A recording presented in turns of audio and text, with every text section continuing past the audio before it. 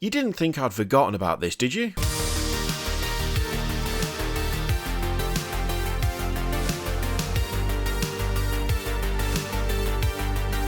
I was actually away over the weekend. I was playing Age of Sigmar at the Facehammer GT, where I got pretty much annihilated, to be honest. Playing Sons of Behemat only takes you so far, and I lost 3 games. Drew 1 and won 1. So it wasn't a complete annihilation for me, but it also wasn't the best performance I've ever put in for anything. But it was fun, so it doesn't really matter. Anyway, whilst I was getting obliterated by angry cabbages, this stuff all happened. The Warhammer Day Preview was on the 8th of October, and we've got new Guard, we've got new Khorne stuff, we've got a cheeky little tease for something else that we're going to take a look at as well. We're just going to go through everything that they showed off. So first up, despite the fact that Cadia has been destroyed, comprehensively ruined, and is absolutely gone at this point, we are getting a new Cadia box, because of course we are. The box is of course called Cadia Stands, even though it doesn't, and it contains a fine selection of new miniatures, which I think honestly for the most part look okay. They look alright.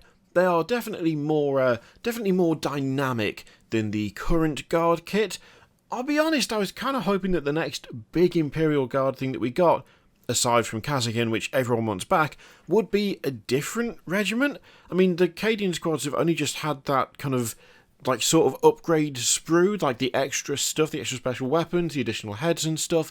So I'm kind of surprised that they're doing these as quickly as they are. I really thought they'd do a different Legion first, but they haven't done that. Still, the new Sentinel does look good, and I quite like those new kind of artillery pieces there, so it's not all bad. Now, these are Cadian shock troops, which pack more special weapons than infantry squads, but they don't get heavy weapons, and honestly, initial first impression is that these look kind of cool. They are definitely better posed. There won't be as much variety in terms of the posing you'll be able to do, I'm pretty sure. But then again, there are some kits that are of an age where, even though you can technically pose them a bit more than with monopose models, obviously, not all of the poses look as good, you know? Like, there are some kits where, yes, you do have more choice, but some of the choices you never use because it doesn't look natural. I'm kind of now on the fence as to whether I prefer full posability or whether I prefer models that look like they're doing something. I think I'm split down the middle. It very much depends on the kit. These, I think, look decent. We've got a good mix of kind of action poses. We've got some running. We've got some aiming and firing. We've got that lad there who appears to have a severe headache. I think overall there's a decent mix here. There's also a nice mix of weapons. So like if you look at the las guns, they're not all the same. The las guns are different. There's different varieties of them, and I like that a lot. I think that's a really nice touch. See a chainsword on the Sarge there. We've got a plasma gun. We've got a flamer as well. There's also a melter. So yeah, there's a good number of special weapons in this squad. Overall, I think they look decent. They're a nice update to the Cadian look. I would be lying if I said that I really desperately wanted more Cadians. I'd be lying if I said that. I would have preferred focusing on a different regiment, but you know what? If we're going to get new Cadians, at least they look decent. We also have a new command squad with a Vox officer there who has got the most insane wire setup. What is that? What is going on with that antenna? That is really weird. I'm not really sure why that's bugging me as much as it is. It looks very thrown together last minute to me. I mean, I suppose maybe that's fair. Maybe that's exactly what he did.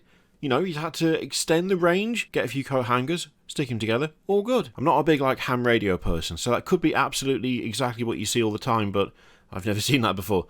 That's a nice power fist. That's a good looking power fist. Also, really appreciate the cigar in the mouth there. Although I forget they're not called cigars, are they, in 40k? What are they called? I can't remember. I want to say glow stick, but that's not right either. I'm not going to get any of that correct, let's be honest. You've got to have a massive flag. The massive flag does look nice. As you'd expect. I mean, it's the regiment flag. You've got to keep it tidy. Overall, again, I think this is a decent looking squad. It's a nice update to the Cadians. The poses are quite nice. The overall detail is good. The hands are more sensible. They don't look massive. That is something that I'm kind of noticing more. The more I look at these, the more their hands look kind of in scale with the rest of them, which I prefer. Well, just because it makes them look more like normal humans. Now, along with all the infantry, we've also got field ordnance batteries, which I do quite like the look of. They look cool. I mean, let's be honest, there's something about that kind of older style of artillery and setting up kind of gun carriages that it just looks so good, and it works so well for the Guard. You'd be hard-pressed to mess up a classic like this, and they haven't messed it up. It looks fantastic. Like a little mini diorama for each one. 100% on board for that. The Sentinel remains a big, chunky, beefy lad, although it's not just the armoured one. We saw the armoured one ages ago, and now we've got the non-armoured one, the standard one. And again, I think it looks alright. I mean, the Sentinel is one of those ones where I didn't really think it needed replacing necessarily. I don't think there's anything wrong with the old one, and this kind of more curved look does set it aside from the vast majority of what the Imperial Guard have in terms of tanks, but it has grown on me a lot. I don't think it's a bad design. It looks like an updated Sentinel. It's just the fact that nothing else is updated when it comes to their tanks and their vehicles that I think is going to make them stand out that little bit more. That's not necessarily a bad thing though, and I think they do look nice. Now, we've also got a new Commissar, which, honestly, I just don't care about. I don't know how else to put this, right? I don't think it's bad. I don't think it's a bad model. It doesn't look badly sculpted, it doesn't look particularly hideous, it's not got anything on it that kind of screams out of place or not looking as it should, but at the same time, I mean, it's just a kind of a boring look for a Commissar. Commissars, to me, always have to have that air of grandeur, of finery. They're kind of, well, they are literally walking propaganda who will shoot their own men in the head if they try and run away. This doesn't look visually all that interesting to me. When you look at like Yarrick and I mean some of the older Commissars, you know, they've got like the greatcoat, the kind of brocaded greatcoat open, they've got massive big hat, gun pointing straight forwards. This looks so reserved and so like quiet compared to your classic Commissar poses. I mean, they took away Rain and Yarrick, and now we've got this guy who just looks kind of vaguely bored about being there. He doesn't look particularly angry. He doesn't look like he's about to do anything. He just looks like he's watching the world go by with his coat done up. And yeah, I mean, I just don't find anything interesting about it. Maybe it was time we had a more understated Commissar, but for me, this is just like, yeah, it's dude in a coat. Fine, dude in a coat with a nice breastplate. All right, yeah, cool. I don't have any desire to pick it up and paint it. I'm not really that bothered about kind of the overall attitude that the model seems to be displaying. It's just, he's just kind of there, which I don't want to feel like a Commissar is just kind of there. I want to feel like a Commissar is inspiring in any way that they can, and this does not give me that vibe, unfortunately. We also have new heavy weapons teams as well, and again, like, you gotta be hard-pressed to mess up the weapons teams. You know, there's like a formula for these. They've stuck to it, so they look good. They do look good. I have to say, at this point, I'm liking the increased presence of women guardsmen. I'm liking that a lot.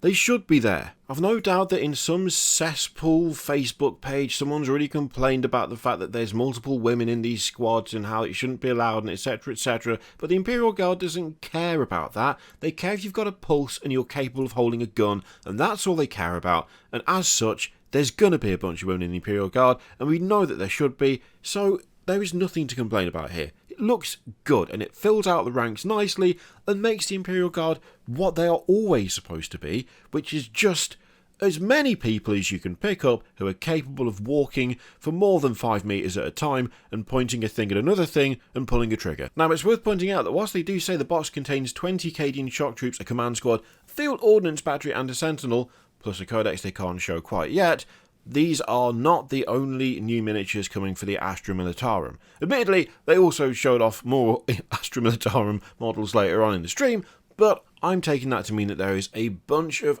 other things that are going to show up in the future, which makes me super excited, and I'm still looking forward to seeing if there is a new tank, because that would be lovely. In fact, let's skip straight to the Kasrkin,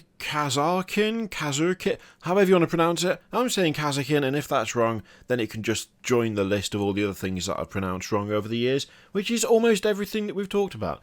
So, this is a Kill Team Shadow Vaults box, and it's got Necrons, and it's got Kasrkin, and I am super excited about that because, frankly, they are the best looking Imperial Guard, and for some reason, they haven't been available for ages. They stopped making them, they took them away, and they never should have done because they're fantastic and we all know it. Here is the squad itself, and whilst they're not a complete recreation of the old Kasrkin, they still look great. They still look great. Some of the best looking Guards models that you could get hold of, cruelly taken away for far too long, and for the most part, they are absolutely scratching the itch for me. There's a few more like lensless helmets than I would typically want. I'm really hoping that these will have the option to have a full helm on all of them, because I always thought that's one of the coolest things about the squad. There's a uniform look to the helmets that I don't actually know whether that is a standard of that, but when I used to see them too long ago to really think about without getting horribly depressed, every time I saw them, the squad that was being used that I saw all had the helmets and that kind of uniform look. It had like such a, I don't know, there's like an elite feel to it that really came through. Like it really came through with that. And I'm not seeing that on all of these models. Kind of hoping that that'll be an option. I really am hoping that'll be an option. Overall, though, I think they look really good. The armour panels look really nice, and it helps that these are painted really nicely as well. Yeah, the armour looks good, the weapons look grand, I do like the helmets a lot. The poses are pretty decent as well. You've got some nice kind of fairly dynamic poses, but there aren't that many that are just sprinting. I'm assuming that's because of the setting that these are in. This is more of a considered kind of going through quietly and slowly and finding out what's what as opposed to jumping around the place, which I actually don't mind too much. Yeah, I really like these. I think they've done a decent job with these. I want to paint them. That's really the kind of the main thing for me. It's like if I'm looking at a model and I just want to paint it, then it's hitting the spot. It's doing what it should do. Now, as for the Necrons, it looks like we've got a Cryptek, we've got a Death Mark, second Death Mark, an Immortal, and oh, I forgot that's another Cryptek, right? Or there's different types of Cryptek, so there's probably the two of them, but they do two different things. I just can't remember what that one specifically does. They look decent. The colour scheme's nice. They're alright. I mean, the thing is, these are pretty standard. There's a little bit of extra ornamentation going on with that Immortal. There is, a different head on the Death Mark. I don't know if that's a standard head or whether that's one that has been like done for this box specifically. But, I mean, a lot of this, that model came in a different box. That Cryptek there, the one that's on the kind of on the spider, that one came out of that was the box that introduced the Knight Armigers, wasn't it? If I remember correctly. So these are just old models, old kits that have been repurposed for this. So if you're going for this box, really you're going for the Kasrkin, which I can see why they've done it, but yeah, there's not a huge amount going on for Necrons here in my opinion. They do look decent, but then Necrons always do. So yeah, the Necron forces are commanded by a Cryptek, and they've got units of Death Marks and Immortals for personal protection, along with Apprentices. I think, is that a new thing? Plasmacyte Switch, yep, and an upgraded Immortal Despotek? Sure, whatever. There's also some fun new terrain in this box as well. I do like what looks like kind of quickly rigged up heavy bolter platform there. That's kind of cool. The bomb on the case there is nice as well. There's some cool stuff there. I would absolutely use that buzzsaw on a Dreadnought. I want that buzzsaw to put on a Dreadnought now. Now I've had that idea, that's all I want. Now, jumping around in tone slightly, we have a Khorne Berserker on a Khorne Juggernaut, and I'm so happy. So this is Lord Invocatus, and looks pretty decent. I mean, what more could you ask for? What more could you ask for? We have got a Berserker on a Juggernaut. It's just an instant 10 out of 10. It's an instant 10 out of 10. The Juggernaut has got a chainsword attached to its head, so that gets bonus points. Absolutely fantastic.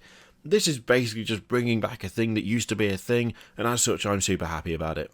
The Lord himself looks good. Got a nice chain axe there. I do like the bandages around the haft. I always like that, though, to be honest. I like that kind of really rough binding around like weapon hafts and stuff. Gives it a bit of extra texture, makes it look like it's been replaced loads of times. Kind of gives it an air of being just used so often that it has to be repaired again and again. I just like that. It's a cool look. Also very nicely painted. Yeah, the pose is decent. It's clearly charging forward and it's about to headbutt someone with its chainsword face, which is fantastic. Oh, I love it. I really like that. That is making me happy. They've done a nice little comparison down here as well for the Lord on Juggernaut from way back in the day. And I have to admit that whilst that has got a bit of nostalgic charm, I think the new one is a little bit better. I'm just going to say a little bit better. I will say as well, I really like the helmet on this. The helmet being like a kind of almost organic feel with the horns coming up. They could have just done one of the normal Berserker helms and had like a Khorne symbol on it. I actually like the fact they haven't done that. You've already got Khorne symbols on the flanks. You've got the World Eater symbol kind of mixed with Chaos on the shoulders of the Juggernaut. So actually having something that isn't just the normal crest and instead has that kind of organic demonic look, I think that was a cool choice. I like that a lot. So something that I thought was really interesting that they showed off are these Arks of Omen, because it looked like it was going to be another bunch of campaign books, but they've clearly actually finally listened to something that I think a lot of us have been saying for quite some time. It is going to be a narrative campaign, there are going to be books and the like, but it's not going to include extra rules for standard games of Warhammer 40k. So they're not just going to keep piling rules on top of rules. It's not going to be that if you want to run your army in the best way or have access to the newest stuff for your general games of 40k, you're going to have to carry a bunch of books around. Instead, this is like a separate version of 40k that's also the same kind of, but not really. So it's a new game mode called Boarding Action, and it's smaller games, 500 points. So it's kind of a bit kill teamy, but bigger. So kind of a nice mix, which I actually really like the idea of. I really like the idea of that. A fully supported 40k but smaller, where you don't have to learn a bunch of new rules or do weird shapes for using measurements and stuff. I think that's a cool idea. I actually really am looking forward to seeing how this goes. Along with that, they've also announced, the first terrain set for this, for Boarding Actions, which looks decent. I mean, it kind of looks like the Gallo Dark stuff. I'm assuming it's pretty much the same. Good number of like pillar parts and different walls, and yeah, I mean, it looks good. It looks 40k-ish, which works. And I have to admit, I've got quite a lot of the sci-fi version of the Archon Studios Dungeons and Lasers stuff, so I could totally already make this, which makes me super happy. Given the nature of it, there's not going to be any vehicles or monsters. It's all squad-size stuff, which, again, I'm really kind of looking forward to this. It's a hefty, chunky amount of terrain. Be interesting to see whether you get all of that in the box. We'll see. And I feel like they know that they're onto a winner with this. I feel like they know that this is going to be picked up by people, especially like, in my case, I just don't get as much time to play 40k as I'd like to. A 500-point game in a cool setting that I already have a bunch of terrain for, that is getting up there for things I really want to try. So they've done things like Void War bases straight off the bat.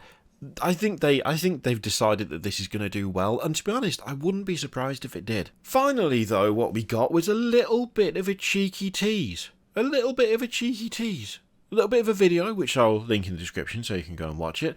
But some nice stills grabbed here by them. Saves me doing it. Thank you for that, lads and ladies. So it looks to me, from these images, from the video, like Dark Mechanicus. Now, whether it actually is Dark Mechanicus, I don't know, but I really hope that it is. I really hope that it is. Like, Dark Mechanicus and Traitor Guard, we've talked about this so many times. They're such a big part of the 40k universe, and they don't have any real presence on the tabletop, and I would love for that to be rectified, because you could do some absolutely mad, insane, ridiculous things with Dark Mechanicus. If you look at what people have already done to represent the Dark Mechanicus on the tabletop, there are some amazing conversions, and I mean, you can do that now.